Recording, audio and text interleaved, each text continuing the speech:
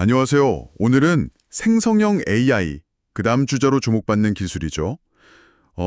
디지털 세상을 넘어서 이제 우리 현실 세계와 직접 만나는 인공지능, 바로 피지컬 AI에 대해 좀 깊이 파고들어 볼까 합니다. 네, 반갑습니다.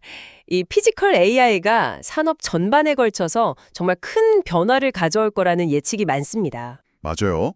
그래서 이게 정확히 뭔지, 또 어떤 형태로 발전하고 있는지, 특히 우리 경제와 사회에는 어떤 의미가 있는지 오늘 그 핵심을 좀 파헤쳐 보려고 합니다. 좋습니다. 궁금한 점들 하나씩 풀어가 보시죠. 자, 그럼 본격적으로 시작해 볼까요? 우선 이 피지컬 AI라는 게 정확히 뭘 말하는 건가요? 그냥 로봇에 AI 넣은 거랑은 좀 다른 개념인 거죠? 네, 그 질문이 중요합니다. 단순히 프로그램된 작업만 반복하는 그런 로봇과는 확실히 달라요. 핵심은 뭐냐면 AI라는 두뇌가 있지 않습니까? 이게 이제 센서를 통해서 우리 현실 세계의 정보를 받아들여요. 인식을 하는 거죠. 아, 현실을 인식한다. 네. 그리고 그 인식한 정보를 바탕으로 스스로 판단을 내리고요. 그 판단 결과를 액추에이터라고 하는 물리적인 구동장치를 통해서 실제 행동으로 옮기는 겁니다. 아하, 그러니까 보고, 듣고, 판단해서 움직이기까지 하는 정말 우리처럼요? 그렇죠. 우리 인간처럼 환경과 실시간으로 상호작용하는 시스템이라고 보시면 됩니다. 여기서 이제 데이터 처리 속도를 높이는 엣지 컴퓨팅 같은 기술도 상당히 중요하고요. 이 모든 게 다 유기적으로 연결된 결과물인 거죠. AI 두뇌, 센서, 판단력, 그리고 실제 움직임까지. 와, 정말 흥미롭네요. 그럼 이 피지컬 AI, 지금 우리 주변에서 어떤 모습으로 나타나고 있나요? 대표적인 유형들이 있을까요? 입니다. 아, 휴머노이드요. 사람처럼 생긴 로봇 말이죠. 맞습니다. 인간하고 비슷한 형태를 가졌기 때문에 다양한 환경에서 좀 복잡한 작업들을 수행할 잠재력이 아주 크다고 보고 있죠. 테슬라의 옵티머스라던가 아니면 최근에 마이크로소프트, 엔비디아 같은 빅테크들이 엄청 투자했던 그 피겨 AI 로봇 같은 거요. 네, 바로 그런 사례들이죠. 기술 발전 속도가 정말 빠릅니다. 시장 전망도 대단하던데요. 골드만삭스 예측 보니까 2035년까지 380억 달러. 맞습니다. 그 예측치가 이전보다 무려 6배나 상향 조정된 거거든요. 그만큼 기대가 크다는 거죠. 지금은 미국 기업들이 기술 혁신을 주도하고 있지만 중국도 만만치 않습니다.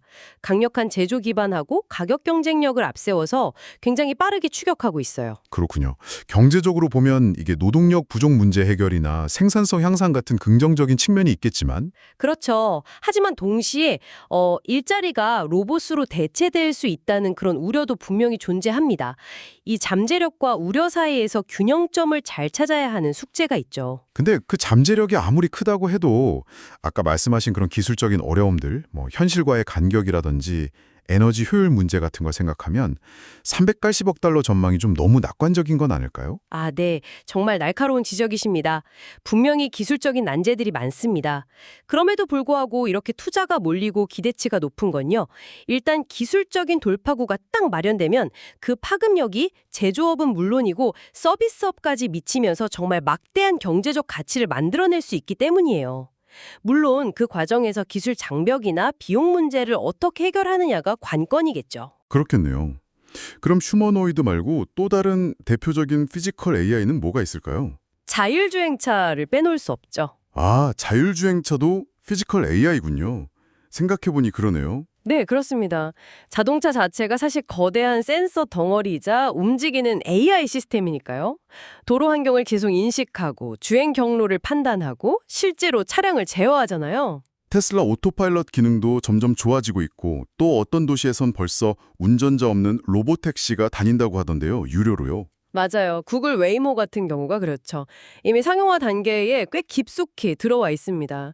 이건 단순히 자동차 기술의 발전이 아니라 물류나 대중교통 같은 이동 서비스 산업 전체를 바꿀 수 있는 그런 변화의 시작이라고 볼 수 있습니다. 와, 정말 큰 변화네요. 물론 아직 완전 자율주행까지 가려면 규제라던가 안전성 문제처럼 풀어야 할 숙제도 많긴 합니다만. 그렇겠죠. 그 외에 또 다른 형태들도 있을까요? 네, 드론형이나 물류 현장에서 많이 쓰는 AGV나 AMR 같은 것들도 중요한 예시입니다. 아, 드론이랑 물류 로봇들. 그렇죠. AI 드론은 이제 정찰이나 배송, 시설 점검처럼 사람이 가기 좀 어렵거나 위험한 공중 임무를 자율적으로 수행하고 있고요. 물류 현장의 AGV, 그러니까 무인 운반차는 정해진 길 따라 물건 옮기는 거고, 여기서 더 발전한 AMR, 자율 이동 로봇은 스스로 주변 환경 파악해서 장애물 피하고 최적 경로로 이동하면서 물류 자동화 수준을 한 단계 더 끌어올리고 있습니다. 이야, 정말 다양한 분야에서 빠르게 퍼져나가고 있네요. 근데 이렇게 발전 속도가 빠르다 보면 우리가 좀 고민해야 할 문제들도 많을 것 같아요. 당연히 그렇습니다. 기술적으로는 아까 잠깐 언급했지만 시뮬레이션 속 AI랑 현실 세계 사이의 차이를 줄이는 문제, 로봇의 에너지 효율을 어떻게 더 높일 것인가, 그리고 더 정교하면서도 튼튼한 액추에이터를 만드는 것, 이런 게 계속되는 숙제고요. 경제적으로는 어떻습니까? 경제적으로는 역시 초기 개발 비용이나 생산 비용이 여전히 높다는 점, 그리고 자동화로 인한 일자리 감소 문제에 대한 사회적인 대비가 꼭 필요하다는 점이죠. 일부 분석에서는 장기적으로 봤을 때 미국 내 상당수 직업이 로봇으로 대체될 가능성까지 제기하고 있거든요. 일자리 문제, 이게 참 쉽지 않겠네요. 네, 그리고 또 법적, 윤리적 문제도 빼놓을 수가 없습니다.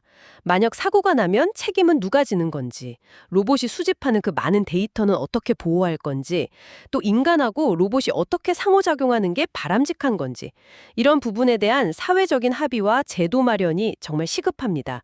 더불어서 미국과 중국을 중심으로 한 기술 패권 경쟁이 점점 심해지고 있는데, 이런 지정학적인 변수도 이 기술의 미래에 큰 영향을 미칠 거고요. 네.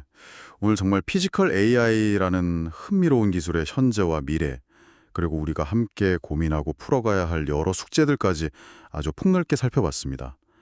단순한 편리함을 넘어서 어쩌면 우리 사회 구조 자체를 바꿀 수도 있는 그런 엄청난 잠재력을 가진 기술이라는 생각이 드네요.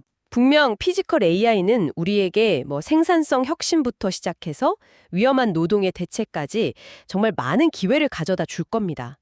하지만 그 기술을 우리가 어떻게 활용하고 또 어떤 사회를 만들어 나갈지는 결국 우리의 선택에 달려 있다고 생각해요. 그렇죠. 기술 자체는 가치 중립적이니까요. 네. 그래서 오늘 저희가 나눈 이야기들을 바탕으로 청취자 여러분께서도 한번 인간과 지능을 가진 기계가 앞으로 어떻게 공존해야 할까? 이런 질문을 스스로에게 던져보시면 어떨까 싶습니다. 이 기술이 펼쳐낼 미래 사회의 모습에 대해 한번 깊이 고민해 볼 만한 시점인 것 같습니다.